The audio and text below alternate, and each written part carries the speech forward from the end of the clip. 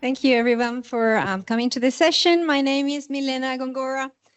I work as a principal consultant in Clear Horizon, but the work I'll be talking about today is from my former role as the Associate Director of the Water Quality Program at the Great Barrier Reef Foundation.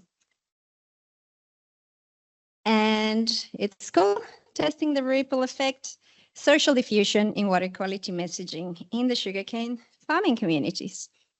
Ahead of my talk, I also would like to acknowledge the traditional owners of this land and the lands where we work all through the reef. All right, so just a bit of context before explaining what is it that we were testing. I'll start with the premise that to improve water quality in the reef, we are aiming for the sugarcane community to shift practices to those that are less polluting to water quality.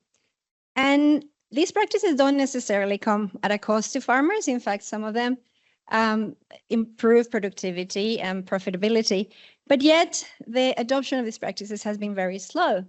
And one of these factors is that there's broad and wide skepticism among farming communities about the effects of their farming on water quality, whether that it even contributes and that it reaches the reef. And at the center of this is a generalized lack of trust in the science, and particularly when the science has been obtained by government agencies.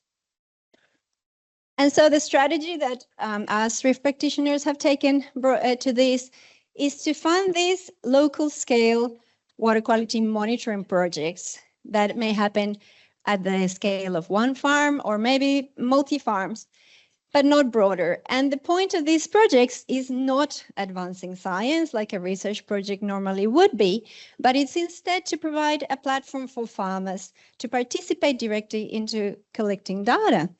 And the theory behind it is that by doing this, farmers will feel more trust in the data they have acquired, they will be part of the process, and that would result in acceptance of the results and a deeper understanding of the results, and therefore a willingness to adopt these practices. And so sometimes we also think that they are going to be champions and they're going to be advocating for other farmers and influential in their communities.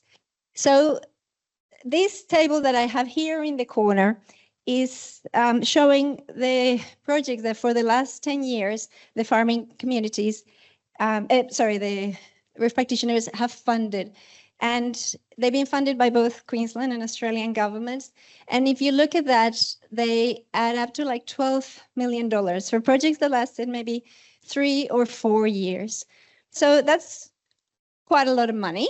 They are quite costly. And I can think of a lot of things we could do with $12 million to change practices as well.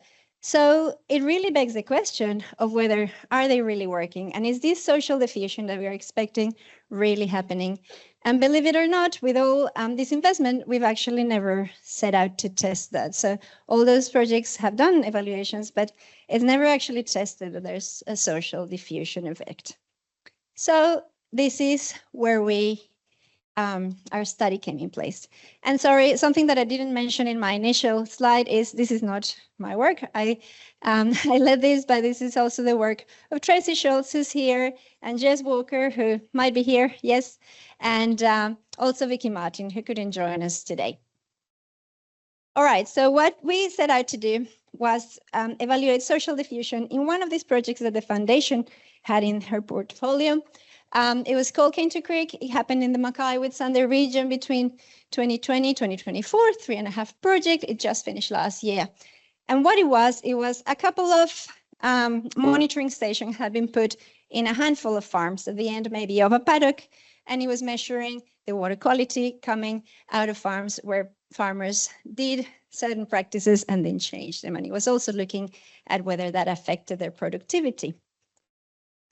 So that was the project, and our study took a survey approach to survey the community of that district, so the Mackay district, which is about 500 farms, and we wanted to see if we could pick up this social diffusion, this sort of broad spreading of the messages. So we did a survey that had obtained 40 responses We had some qualitative data as well from comments. And the 4 areas that we were mainly testing was just down here, the understanding, the trust. So whether the farmers that were aware had increased their understanding, had trusted the science more, had even moved practices, and they had gone as far as speaking to their neighbors and to their community about it.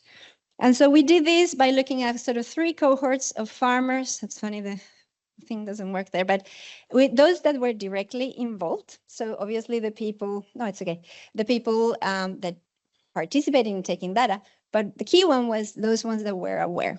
Because basically what happened is after the farmers take the data, then they call in for shed meetings where they invite other farmers, and they also put newsletters and disseminate the information. So we wanted to see amongst those ones where the information had just been disseminated, were they actually increasing trust, knowledge, and changing practices. And then we had sort of the unaware farmers, which were kind of like the control, if you like. All right, so findings. Our data has a lot of bar charts, but I won't take you through that.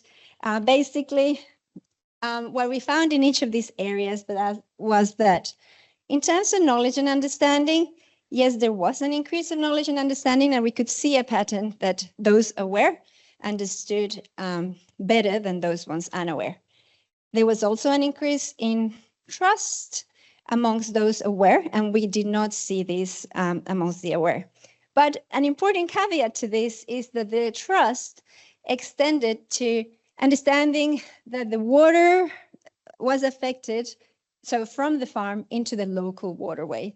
But farmers still reported no change in how they felt about the reef. So there was no change to how they felt that their farms were impacting the reef. There's still a lot of skepticism around that. And also, they were still very skeptical about how science is politicized, and obviously against them is sort of the sadly prevalent view. In terms of whether they had improved practices, don't worry about reading that too much. SmartCane BMP means, yes, they did change the practices. A lot of farmers did, but those ones that were aware all changed practices, whereas in the unaware, the results were sort of mixed. Some had changed, some hadn't. And finally, in terms of advocacy and champion behavior, there was a bit of a loose link there. There was a little bit of advocacy detected, but not very much. And we do know that farmers didn't necessarily discuss too much water quality practices with their neighbors. So, conclusions, or our interpretation of this is, we are detecting social diffusion. We're seeing a consistent pattern. And this is definitely enabled by that place-based, my farm in my district with someone that I know, which was Sugar Research Australia, doing this. It does help to build trust. And we did see sort of a consistent social diffusion effect happening. But the reality check of that is that it was incremental. It was not transformational. It was the absolute numbers were quite small, which could mean that it's just incipient in 3 years. It's just starting to be detected. But it could also mean that there's a limit to the scope in which social diffusion might happen. We don't know. Social diffusion in literature is a process that takes 7 to 10 years, right? And these projects are only lasting 3 to 4 years. So it does beg the reflection of, if we are going to fund these programs, they do need to be longer. So in conclusion, we provide first-time evidence of social diffusion from water quality participatory projects. And we do know it happens, but we don't know whether, how much it can happen. So a couple of reflections for funding bodies.